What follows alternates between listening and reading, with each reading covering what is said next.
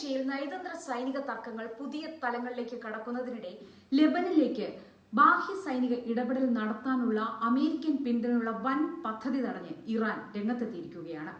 ലെബനനിൽ ശക്തമായ സ്വാധീനമുള്ള ഷിയ ഗ്രൂപ്പായ ഹിസ്ബുള്ളയ്ക്ക് എതിരെ സിറിയൻ സൈന്യത്തെ ഉപയോഗിച്ച് സൈനിക നീക്കം നടത്താനായിരുന്നു ആസൂത്രണം ചെയ്തത്. എന്നാൽ ഇത്തരം നീക്കങ്ങളിൽ നിന്ന് സിറിയൻ ഭരണകൂടം പിന്മാറണമെന്നും ഇല്ലെങ്കിൽ അത് മേഖലയെ മുഴുവൻ വിഴുങ്ങുന്ന വൻ സൈനിക ഏറ്റുമുട്ടലിലേക്ക് നയിക്കുമെന്നും ടെഹ്റാൻ മുന്നറിയിപ്പ് നൽകി. മേഖലയിലെ പ്രമുഖ മാധ്യമ ശൃംഖലയായ യു ന്യൂസ് പുറത്തുവിട്ട വിവരങ്ങളനുസരിച്ച് സിറിയയിലെ ഭരണകൂടത്തിന് ഇറാൻ നേരിട്ട് കടുത്ത മുന്നറിയിപ്പ് കൈമാറുകയായിരുന്നു. ലെബനനിലെ ഹിസ്ബുള്ളയുടെ സ്ഥാനങ്ങൾ ലക്ഷ്യമിട്ട് ഏതെങ്കിലും തരത്തിലുള്ള നീക്കമുണ്ടായാൽ സിറിയയ്ക്കുള്ളിൽ തന്നെ സമാന്തര യുദ്ധമുഖങ്ങൾ തുറക്കുമെന്നാണ് ടെഹ്റാന്റെ ഭീഷണി. തങ്ങളുടെ വൻ സഖ്യ ശൃംഖലയെ ഉപയോഗിച്ച് സിറിയൻ ഭരണകൂടത്തെ പ്രതിസന്ധിയിലാക്കാൻ ഇറാന് സാധിക്കുമെന്ന സന്ദേശമാണ് ഇതിലൂടെ നൽകിയിരിക്കുന്നത്. സിറിയയ്ക്കുള്ളിലെ നിരവധി തന്ത്രപ്രധാന കേന്ദ്രങ്ങളിൽ ഒരേ സമയം അസ്ഥിരതയും സൈനിക സമ്മർദ്ദവും സൃഷ്ടിക്കുമെന്നാണ് ഇറാന്റെ പ്രധാന മുന്നറിയിപ്പ്. പ്രത്യേകിച്ച് സിറിയയും ഇറാഖും അതിർത്തി പങ്കിടുന്ന പ്രദേശങ്ങൾ, ഹോംസ് നഗരം, തീരദേശ മേഖലകൾ, പ്രമുഖ വ്യവസായ കേന്ദ്രമായ അലപ്പോയ്ക്ക് സമീപമുള്ള പ്രദേശങ്ങൾ എന്നിവിടങ്ങളിൽ ശക്തമായ പ്രതിരോധവും പ്രക്ഷോഭങ്ങളും ഉയർത്താൻ ഇറാന് പ്ലാനുകളുണ്ട്. ഈ മേഖലകളിലെല്ലാം ടെഹ്റാന് ശക്തമായ നിഴൽ സൈനിക സാന്നിധ്യവും പിന്തുണയുമുണ്ട്.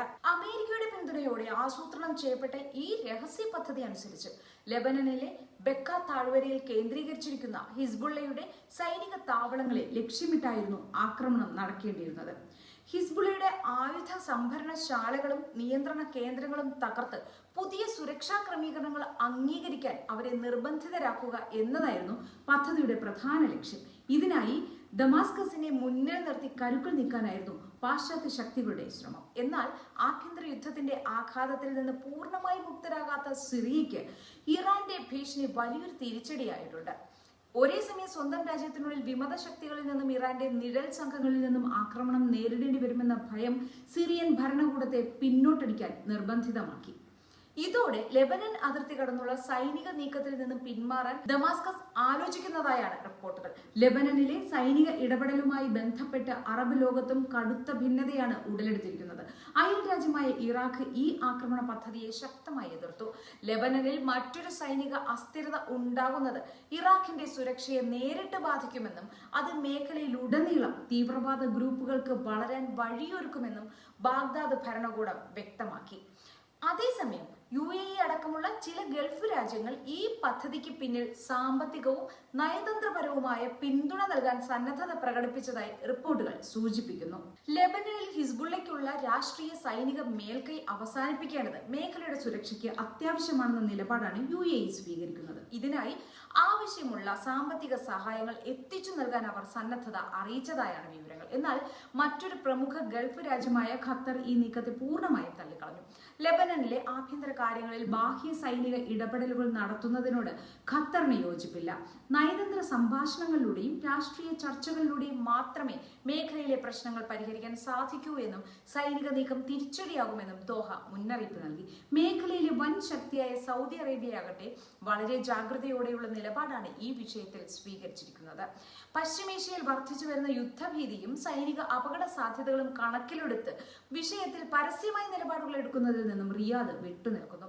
ഇറാനുമായി അടുത്ത കാലത്തുണ്ടാക്കിയ നയതന്ത്ര ബന്ധങ്ങൾ തകരാൻ സൗദി ആഗ്രഹിക്കുന്നില്ലെന്നതും ഈ നിലപാടിന് കാരണമാണ്. ഹിസ്ബുള്ളയെ സംബന്ധിച്ചിടത്തോളം ബെക്ക താഴ്വര തങ്ങളുടെ നട്ടെല്ലാണ്. ഇസ്രയേലുമായി തെക്കൻ അതിർത്തിയിൽ ശക്തമായ ഏറ്റുമുട്ടലുകൾ നടക്കുന്നതിനിടയിൽ വടക്കൻ മേഖലയിലൂടെ സിറിയൻ സൈന്യത്തിന്റെ ആക്രമണം ഉണ്ടാകുന്നത് ഹിസ്ബുള്ളയ്ക്ക് വലിയ തിരിച്ചടിയാകുമായിരുന്നു. എന്നാൽ ടെഹ്റാന്റെ സമയബന്ധിതമായ ഇടപെടൽ തൽക്കാലത്തേക്ക് ഈ ഭീഷണിയെ ചെറുത്തു തോൽപ്പിക്കാൻ അവരെ സഹായിച്ചിട്ടുണ്ട്.